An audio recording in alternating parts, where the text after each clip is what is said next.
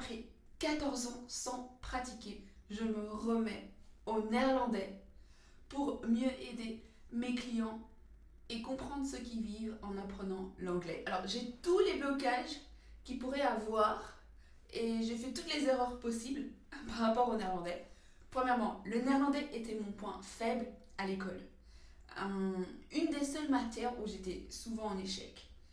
Et ces mauvaises notes me faisaient penser que j'étais nulle en langue. Parce que en Belgique, le néerlandais, c'est la première langue étrangère qu'on apprend. Donc, quand j'ai appris le néerlandais, j'avais plus ou moins 9 ans pour la première fois, 8-9 ans. Alors que l'anglais, on l'apprend seulement quand on a plus ou moins 15 ans. En tout cas, c'est le cas à Bruxelles. Je suis de Bruxelles. Ensuite, j'aimais pas cette langue. Et j'étais très immature. Je pensais que c'était inutile. Je comprenais pas pourquoi on l'apprenait. Franchement, ça me saoulait d'apprendre le néerlandais. J'aimais pas ça. Et j'étais pas bonne en ça. Et je me sentais pas bonne en ça, en tout cas.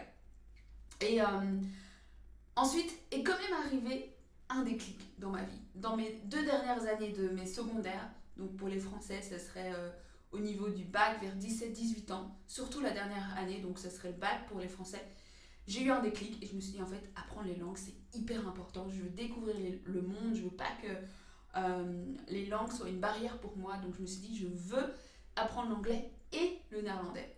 Et donc je me suis mise à fond dans le néerlandais. J'ai commencé à pratiquer le néerlandais avec mes voisines qui étaient bilingues, à faire des efforts, à m'exposer à la langue, à écouter des choses en néerlandais.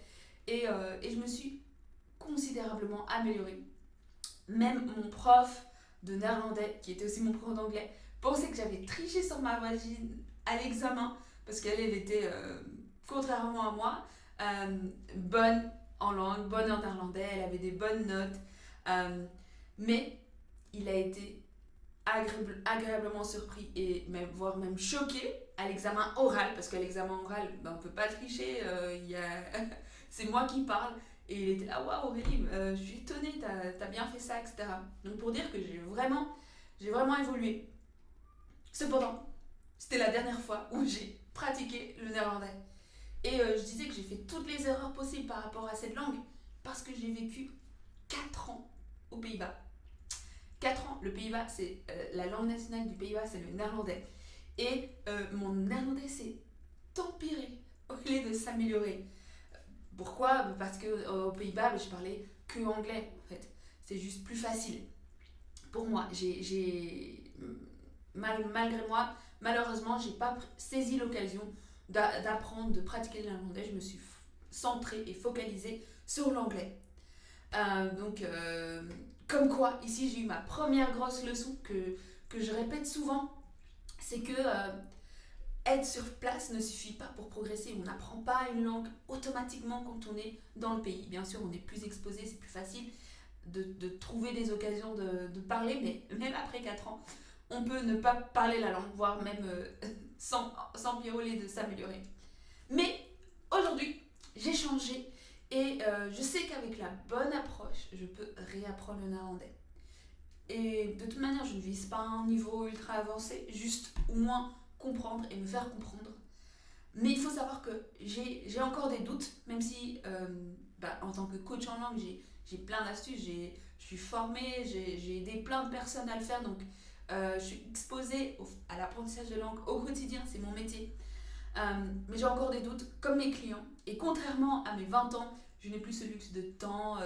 Aujourd'hui, je suis maman d'un petit garçon de 6 mois, je suis entrepreneur, je gère beaucoup de choses moi-même, ma communication, mon marketing, mes coachings, sans compter ma vie privée et ma vie sociale.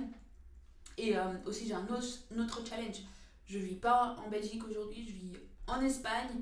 Je ne suis absolument pas exposée au néerlandais. Et contrairement à l'anglais, le néerlandais c'est pas vraiment la langue la plus populaire, donc il n'y a pas non plus beaucoup de ressources comme des séries, des films et plein de choses super chouettes à regarder en néerlandais, mais il y en a aussi, et je vais en trouver.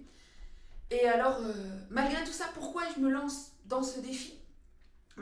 Pour mieux aider mes clients, comme je disais, pour me mettre dans leur peau, pour vivre exactement ce qu'ils traversent, parce que beaucoup d'entre eux ont des doutes, se disent est-ce que je peux me remettre au néerlandais, à l'anglais pour eux, à mon âge, est-ce que je peux y arriver, etc. Donc on va dire que j'ai des circonstances similaires à eux aujourd'hui, mais face au néerlandais.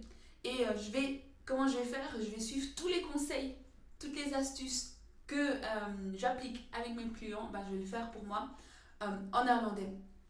Et aussi, aujourd'hui, utiliser les technologies d'aujourd'hui pour réapprendre une langue. Donc aujourd'hui, il y a l'intelligence artificielle. On est beaucoup plus connecté qu'il y a 10 ans, quand j'essaie de... même plus de 10 ans, quand j'essaie de pratiquer mon néerlandais dans mes dernières années de secondaire. Donc je vais me remettre avec les circonstances d'aujourd'hui. Mais il faut savoir que contrairement à mes clients, mon niveau de néerlandais est vraiment bas. Ça fait très longtemps que j'ai plus pratiqué cette langue. Je suis plus du tout exposée à cette langue. Et contrairement à mes clients qui se sous-estiment tous, qui ont quand même des bonnes bases d'anglais. Mais j'accepte le défi, je me lance le défi.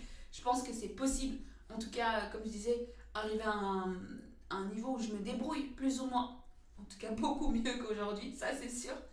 Et je vais documenter cette aventure ici sur YouTube, aussi sur LinkedIn où je suis beaucoup plus présente une fois par semaine. Je vais voir aussi si je vais le faire aussi à travers une newsletter. Donc c'est encore nouveau moi-même, je vais cheminer et me découvrir dans ça. Et je suis ultra motivée. J'ai hâte. Mais en même temps, il y a une partie de moi qui a quand même la flemme. Parce que c'est du temps, c'est de l'effort. Et honnêtement, j'ai pas vraiment besoin du néerlandais. Encore contrairement à mes clients où ils ont un besoin beaucoup plus urgent, beaucoup plus palpable, beaucoup plus concret. Moi, c'est vraiment pour me mettre dans leur peau, pour me remettre dans la peau d'un apprenant qui a des doutes, qui a eu une mauvaise expérience avec un certain apprentissage, etc. Mais au-delà de ça, j'ai pas besoin du néerlandais aujourd'hui. Dans ma vie tant personnelle que professionnelle. Donc on verra où est-ce que ça va m'amener. Qui sait, ça peut m'ouvrir des portes insoupçonnées. J'ai hâte de voir ça. Donc j'ai besoin de votre soutien.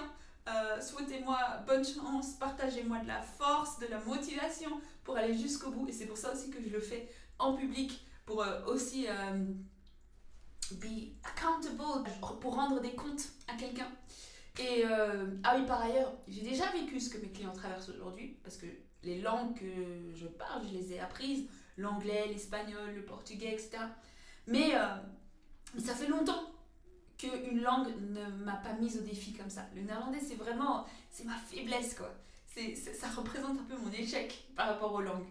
L'anglais, finalement, ça fait 15 ans que je suis à fond dedans. Et j'ai vraiment réussi, on va dire, avec l'anglais. Et sans cesse, je me renouvelle, j'apprends, je suis exposée à la langue. Ça fait partie de moi maintenant, l'anglais. C'est une langue que je pratique au quotidien. Je pense en anglais, je parle en anglais avec des amis, des membres de ma famille, etc. Même mon mari, on mélange plusieurs langues ensemble. Bref, l'espagnol et le portugais, mon histoire avec ces langues-là est différente. C'est un apprentissage plus fluide, plus chill, plus informel. Mais le néerlandais, il y a le trauma de l'école, etc. C'est un défi.